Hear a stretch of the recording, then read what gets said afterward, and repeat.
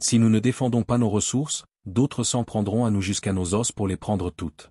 Ce sont les mots tonitruants du président Ibrahim Traoré du Burkina Faso, prononcés devant des milliers de citoyens rassemblés près de la mine de diamants de Gawa, fin avril 2025, dans un paysage politique africain en pleine mutation. Traoré se distingue comme l'un des rares dirigeants à oser défier publiquement les sociétés minières internationales. Lors d'un rassemblement enflammé, sans précédent dans la région, il a déclaré que le Burkina Faso nationaliserait toutes les mines de diamants, d'or, de lithium et de terres rares, mettant ainsi fin à des décennies de pillage silencieux.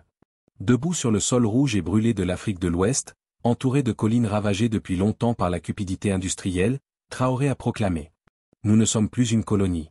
C'est la chair et le sang du Burkina Faso, et je le défendrai jusqu'au bout, au nom du peuple. » Ce discours, capté par des images tremblantes d'un smartphone, a été mis en ligne en quelques minutes et s'est propagé comme une traînée de poudre sur les réseaux sociaux africains. Pour les habitants de Gawa, Traoré a été instantanément élevé au rang de défenseur. Mais dans les salles de conseil raffinées de Bruxelles, Washington et Genève, son nom a rapidement été ajouté à une autre liste, celle des menaces géopolitiques pour les chaînes d'approvisionnement internationales et la confiance des investisseurs. Ce n'était pas la rhétorique d'un dirigeant fantoche ou d'un administrateur de transition. C'était le langage de la souveraineté, de la révolution et cela a eu des conséquences. La promesse audacieuse de Traoré de protéger les diamants du Burkina Faso n'est pas seulement un acte politique. C'est un signal au monde que l'Afrique commence à écrire ses propres règles, dans une ère d'extraction imposée par l'étranger qui pourrait bien entrer dans son dernier chapitre. Mais pourquoi maintenant? Et pourquoi les diamants? La région de Gao, au sud du Burkina Faso, est connue depuis longtemps des acteurs de l'industrie minière, bien qu'elle apparaisse rarement dans les rapports publics ou les gros titres. Historiquement éclipsée par son voisin plus tristement célèbre, la Sierra Leone, le potentiel de Gao est resté inexploité non par manque de valeur, mais en raison de l'instabilité politique et de la négligence délibérée d'anciens partenaires coloniaux préférant le silence à la réforme. Ces dernières années, cependant, des rumeurs sur la richesse de ces réserves souterraines ont refait surface. Des géologues estiment que la région recèle non seulement des diamants d'une grande pureté, mais aussi du lithium et des terres rares, deux ressources désormais stratégiques à l'ère des véhicules électriques, des semi-conducteurs et de l'intelligence artificielle. Traoré, passé du statut d'officier d'artillerie à celui de dirigeant national grâce à un coup d'État militaire en 2022, observait ces mines depuis longtemps sous un angle différent. En tant que soldat, il avait été stationné à proximité de ces installations. Il avait vu des convois nocturnes de minéraux disparaître au-delà des frontières, escortés par des mercenaires privés et protégés par des fonctionnaires corrompus. Il s'était alors demandé « Protégeons-nous le peuple ou protégeons-nous son oppresseur ?» Sa présidence est, à bien des égards, une réponse directe à cette question. Et maintenant, en promettant de protéger les ressources du pays, Traoré se positionne non seulement comme un nationaliste, mais aussi comme un perturbateur sur un marché mondial soigneusement équilibré. Le Burkina Faso, bien qu'étant l'un des pays les plus pauvres du monde en termes de PIB, pourrait détenir la clé de matériaux essentiels aux énergies propres et aux technologies de défense. La déclaration de Traoré est donc bien plus qu'un symbole. Elle remet en cause les contrats multinationaux, les projections de bénéfices et les hypothèses vieilles de plusieurs décennies sur le rôle de l'Afrique dans l'ordre économique mondial. Lui, ne semble pas s'en soucier. Selon ses propres mots, enregistrés par la télévision nationale ce jour-là. Nous ne laisserons plus nos enfants boire de l'eau empoisonnée pendant que les diamants volent au-dessus de leur tête. Plus jamais de mains étrangères ne creuseront pendant que nos peuples meurent de faim. Ce temps est révolu. La foule a éclaté. En 48 heures, la réponse internationale a commencé à se faire entendre. Les médias européens ont qualifié son discours de radical. Les analystes financiers ont alerté sur un risque accru en Afrique de l'Ouest. Des sociétés de sécurité privées ont discrètement commencé à s'informer sur de nouveaux contrats. Mais à Gawa, les habitants étaient certains d'une chose, quelqu'un avait enfin pris leur défense. Et à leur côté, torse bombé, bottes poussiéreuses, mains levées vers le ciel, se tenait Ibrahim Traoré, un homme qui pourrait bien devenir le réformateur le plus dangereux du continent. Le Burkina Faso figure rarement sur la liste des pays les plus riches en minerais. Lorsqu'on évoque les ressources africaines, ce sont des noms comme l'Afrique du Sud, le Nigeria ou la République démocratique du Congo qui dominent les titres. Mais la vérité est plus complexe et plus dérangeante pour ceux qui en profitent dans l'ombre. Au cours des 3 dernières décennies, les géants miniers internationaux ont systématiquement extrait de l'or, des diamants et des minéraux rares du Burkina Faso, avec un minimum de surveillance et au détriment de la population. Officiellement, le pays déclarait des exportations modestes. En réalité, les chiffres ne correspondaient pas. Des rapports de surveillance par satellite et des groupes indépendants soupçonnent depuis longtemps une sous-déclaration systématique, des exportations clandestines et la corruption des douaniers. Des camions de minerais bruts ont disparu de nuit, escortés par des milices privées et des éléments voyous au sein même des forces de sécurité locales. Un lanceur d'alerte, s'exprimant anonymement auprès d'une agence de presse panafricaine, a décrit la situation en ces termes. La véritable richesse du Burkina Faso n'a jamais été révélée. Ce que le gouvernement a vu, ce sont des miettes. Ce qui a quitté le sol, c'est un trésor. La région de Gawa, où Traoré a prononcé son vœu historique, a été l'épicentre silencieux de ce pillage.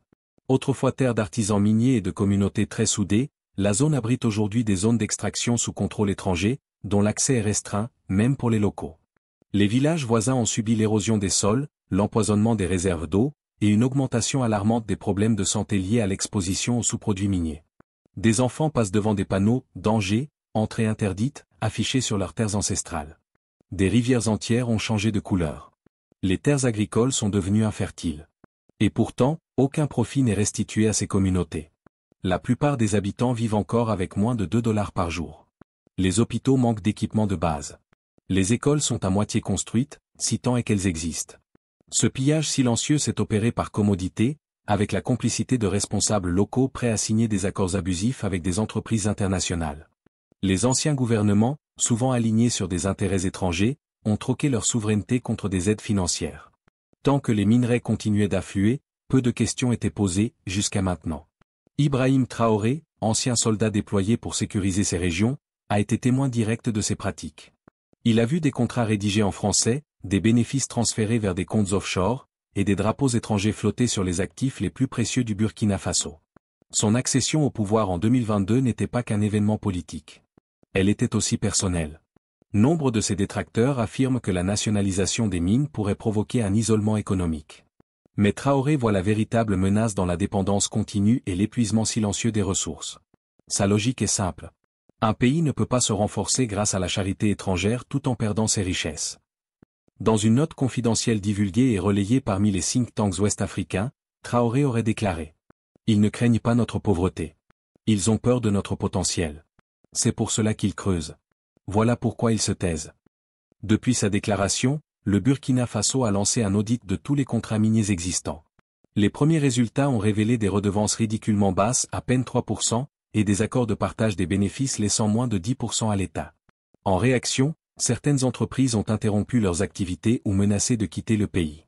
Le gouvernement de Traoré a répondu avec calme et fermeté. Si vous ne pouvez pas respecter nos lois et notre peuple, vous êtes libre de partir. Le sol sera toujours là. Nos enfants le creuseront eux-mêmes. Le Burkina Faso n'est pas le seul pays confronté à ce combat, mais il est peut-être le premier à tracer une ligne rouge aussi claire et publique. Avec Gawa comme symbole, et Traoré comme porte-parole, le monde est désormais contraint de prêter attention à une nation qu'il ignorait autrefois. Le monde a remarqué. Et il a réagi. Dans les semaines qui ont suivi la promesse d'Ibrahim Traoré de reprendre le contrôle des ressources naturelles du pays, une inquiétude palpable s'est propagée dans les coulisses de la finance et de la diplomatie mondiale. Des courriels privés de dirigeants du secteur de l'énergie, divulgués à des journalistes d'investigation, ont révélé un courant de panique sous-jacent. Traoré crée un précédent. D'autres suivront. L'Afrique de l'Ouest pourrait devenir un continent fermé. De Johannesburg à Genève, de Washington à Paris, les conglomérats miniers ont commencé à faire pression sur leurs gouvernements respectifs pour qu'ils interviennent. Des ambassades ont discrètement contacté Ouagadougou sous couvert de discussions économiques. Des groupes de pression internationaux ont publié des déclarations officielles, mettant en garde contre une atteinte grave à la confiance des investisseurs dans la région. Ibrahim Traoré, lui, est resté impassible. Au contraire, il a intensifié ses efforts. Dans une allocution télévisée nationale, il a annoncé que tous les contrats miniers signés avant octobre 2022 seraient suspendus en attendant un réexamen juridique, ce qui représente plus de 70% des contrats d'extraction étrangers en cours. Sous sa direction, le ministère de l'Énergie et des Mines a lancé un audit complet. Des équipes d'inspecteurs, escortées par des soldats, ont été dépêchées sur les sites miniers les plus isolés afin de vérifier les registres, évaluer la conformité environnementale et interroger les communautés locales. Les découvertes étaient accablantes. Des villages entiers déplacés sans indemnisation, des déchets toxiques déversés dans les rivières sans traitement, des redevances versées sur des comptes offshore. Un rapport particulièrement choquant détaillait la manière dont une société minière canadienne avait construit un héliport et une piste d'atterrissage privée dans la région de Gawa, permettant d'acheminer des diamants directement à New York, contournant ainsi totalement les douanes nationales. Face à ces constatations, de nombreuses entreprises ont réagi par des menaces de poursuites judiciaires. Les tribunaux d'arbitrage de Londres et de La Haye ont été cités comme lieu où le Burkina Faso pourrait être tenu responsable de la violation des accords d'investissement. Traoré, lui, ne respectait plus les anciennes règles. Il a lancé un défi. Qu'ils intentent des poursuites. Qu'ils rassemblent leurs avocats dans des châteaux de l'autre côté des océans. Nous rassemblerons notre peuple sur le terrain qu'ils ont tenté de voler. La couverture médiatique internationale s'est polarisée du jour au lendemain. Les médias occidentaux l'ont qualifié des « hommes forts populistes » et ont mis en garde contre un effondrement économique imminent. Des voix africaines ont, en revanche, proposé un autre récit. Des éditoriaux à Dar es Salaam, Lomé et Bamako ont salué Traoré comme un nouveau Sankara, faisant référence au légendaire leader révolutionnaire burkinabé, qui avait dit un jour « Celui qui vous nourrit vous contrôle ». Pendant ce temps, les marchés boursiers mondiaux ont commencé à réagir. Les cours des actions des entreprises fortement investies dans les mines d'Afrique de l'Ouest ont chuté brutalement. Plusieurs contrats à terme sur les minéraux burkinabés sont devenus volatiles. Mais quelque chose d'autre était en train de se produire. Pour la première fois, les mineurs étaient invités à la table des négociations. Le gouvernement de Traoré a lancé un forum national sur la justice des ressources, réunissant chefs tribaux, syndicats, organismes de surveillance environnementale et anciens employés des mines. Leurs revendications étaient claires. 60% des revenus pour rester dans le pays. Réhabilitation environnementale obligatoire. Assurance maladie pour tous les mineurs. L'accès garanti à l'eau potable. Restitution des terres aux communautés affectées. À la fin mai 2025, le Burkina Faso a publié une nouvelle charte minière, un document révolutionnaire par son ton et sa structure. Elle redéfinit les ressources naturelles comme un bien national sacré et consacre le droit des générations futures à bénéficier équitablement de leur extraction. Les investisseurs étrangers qui acceptaient les nouvelles conditions étaient invités à rester. Ceux qui refusaient disposaient de 90 jours pour quitter le pays. Sans surprise, les poursuites judiciaires commencèrent à affluer. Mais Traoré était prêt. Son administration avait déjà commencé à bâtir une coalition de pays sympathisants à travers le Sahel, dont beaucoup avaient également souffert d'une exploitation systémique. Avec le soutien croissant du Mali et du Niger, eux aussi ayant récemment expulsé des troupes étrangères et reconsidéré leurs liens postcoloniaux, un front régional se dessinait. Lors d'un sommet d'urgence à Bamako, Traoré aux côtés des dirigeants voisins, a déclaré « Il ne s'agit plus seulement du Burkina Faso. Il s'agit de la capacité de l'Afrique à se prendre en main. » Cette phrase, diffusée dans toute l'Afrique francophone, a fait trembler les anciennes capitales coloniales. Mais la bataille était loin d'être terminée. Face à la pression juridique croissante, Traoré a annoncé que le Burkina Faso se retirerait de tous les traités d'arbitrage étrangers qui privilégient les droits des investisseurs sur la souveraineté nationale. À la place, un nouvel organe juridique national était en cours de création à Ouagadougou. Sa mission, juger les litiges en public, sous le regard de la société civile et de la presse locale. Les critiques ont qualifié cette décision d'imprudente. Ses partisans, eux, l'ont qualifiée d'historique. Quelle que soit l'opinion, une chose était claire, la donne avait changé. Ce qui avait été autrefois une paisible colonie de ressources était devenu un champ de bataille d'idées, de lois et de pouvoir. Et Ibrahim Traoré, sans donateurs multinationaux à qui rendre des comptes, sans troupes étrangères sur son sol, sans résidence de luxe à Paris, se tenait seul, provocateur, stratégique et déterminé. Alors que l'Occident reculait, choqué par ce bras de fer frontal, deux autres puissances entraient discrètement en scène, la Russie et la Chine. Contrairement aux puissances occidentales, qui ont réagi par des condamnations et des menaces judiciaires, Moscou et Pékin ont choisi la diplomatie discrète et les offres stratégiques. Dans l'ombre du conflit sur les ressources, un nouvel échiquier géopolitique se formait et le Burkina Faso, sous la direction de Traoré, en devenait une pièce maîtresse. Quelques jours après l'annonce de la charte minière, des conseillers russes ont discrètement débarqué à Ouagadougou. Officiellement, ils étaient venus soutenir les opérations antiterroristes dans le nord du pays. Mais plusieurs observateurs ont rapidement noté leur proximité avec des corridors miniers stratégiques. L'implication russe en Afrique n'est pas nouvelle. Par le biais de conseillers militaires, de sociétés de sécurité privées comme le groupe Wagner et de partenariats diplomatiques, Moscou a su cultiver son influence de la Libye à la République centrafricaine. Mais la résistance ouverte de Traoré à l'Occident a fait de lui un allié naturel dans le jeu géopolitique plus large du Kremlin. Fin mai 2025, des techniciens russes avaient commencé à inspecter d'anciennes installations aurifères abandonnées. Des images satellites ont révélé des clôtures et des avant-postes nouvellement érigés autour du gisement de Tomboumagne. Pendant ce temps, la Chine menait un jeu plus long, plus discret. Pékin, fort de son immense diplomatie des infrastructures, proposait un autre type de levier. Là où l'Occident exigeait des réformes et des concessions en échange de son aide, la Chine offrait des chemins de fer, des raffineries, des routes, en échange d'un accès à long terme aux ressources, selon les nouveaux termes de la charte minière. Traoré, fin tacticien, refusa de se ranger clairement du côté de l'une ou l'autre puissance. Le Burkina Faso n'est pas une pièce à lancer entre des mains étrangères. Si vous nous respectez, si vous construisez avec nous, nous vous accueillons chaleureusement. Mais nous n'échangerons pas un maître contre un autre. Cette déclaration fit des vagues dans les cercles diplomatiques. À Moscou et à Pékin, elle fut accueillie avec respect. À Paris et à Washington, avec suspicion. Pour la Russie et la Chine, la déstabilisation de la domination occidentale sur les ressources africaines valait bien plus que n'importe quel contrat. Ainsi débuta ce que beaucoup appellent aujourd'hui la guerre de l'ombre pour le trésor de l'Afrique, une compétition non pas de balles, mais de diplomates, de plans et de capitaux privés. Des rapports signalèrent l'arrivée d'ingénieurs chinois à Gawa sous couvert de projets d'infrastructure. Simultanément, des consultants en sécurité russes formaient l'unité d'élite de protection des ressources stratégiques du Burkina Faso. Les analystes occidentaux s'inquiétaient, le pays glissait-il vers une nouvelle forme de dépendance ou maîtrisait-il l'équilibre du pouvoir? Pendant ce temps, l'opinion publique africaine commençait à basculer de manière décisive. Ibrahim Traoré, autrefois connu uniquement des observateurs régionaux, devenait un nom familier à l'échelle du continent. Sur les réseaux sociaux, des hashtags comme #l'Afrique possède l'Afrique fleurissaient. Des discours étaient relayés en swahili, en arabe, en français. De jeunes leaders de Sagal à Johannesburg invoquaient son nom lors de manifestations réclamant des réformes économiques profondes. Mais le danger rôdait. Des groupes de réflexion sur l'instabilité géopolitique publièrent des rapports alarmistes. D'anciens diplomates évoquaient la possibilité de conflits par procuration si la Russie et la Chine s'enracinaient davantage. Des rumeurs de complots d'assassinat circulèrent sur Telegram. En réponse, Traoré redoubla d'efforts pour renforcer la transparence. L'audit minier ouvert aux régulateurs nationaux et internationaux. Journalistes invités aux réunions du cabinet. Réunions publiques retransmises en direct avec les communautés minières. S'il prévoit de me tuer, dit-il dans une interview, que cela soit au grand jour, avec la vérité à mes côtés. Ces mots ne firent que renforcer son image. Sous sa direction, le Burkina Faso lança la PAR, Alliance panafricaine pour les ressources, un bloc inédit de pays du Sahel et d'Afrique centrale. Son objectif: synchroniser les politiques minières. Partager des renseignements. Bloquer les contrats d'exploitation déséquilibrés.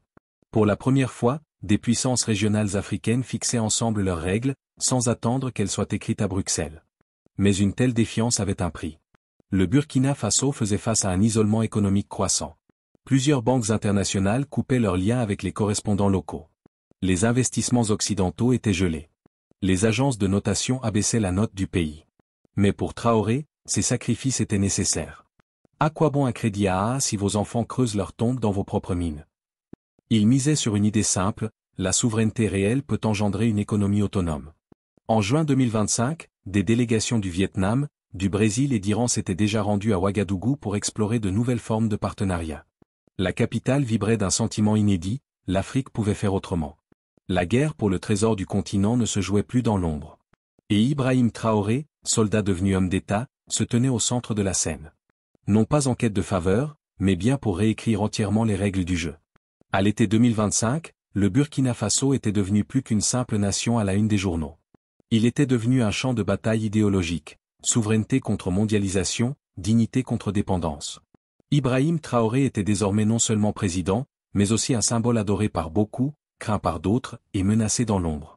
Des institutions financières mondiales aux agences de renseignement obscures, tout le monde observait, calculait, et dans certains recoins, complotait. Mais sur le terrain, quelque chose d'encore plus important se produisait: le peuple se réveillait. Les amphithéâtres universitaires, autrefois emplis d'apathie politique, bruissaient désormais de débats sur le nationalisme économique. Les agriculteurs des campagnes commencèrent à former des coopératives pour protéger leurs droits fonciers.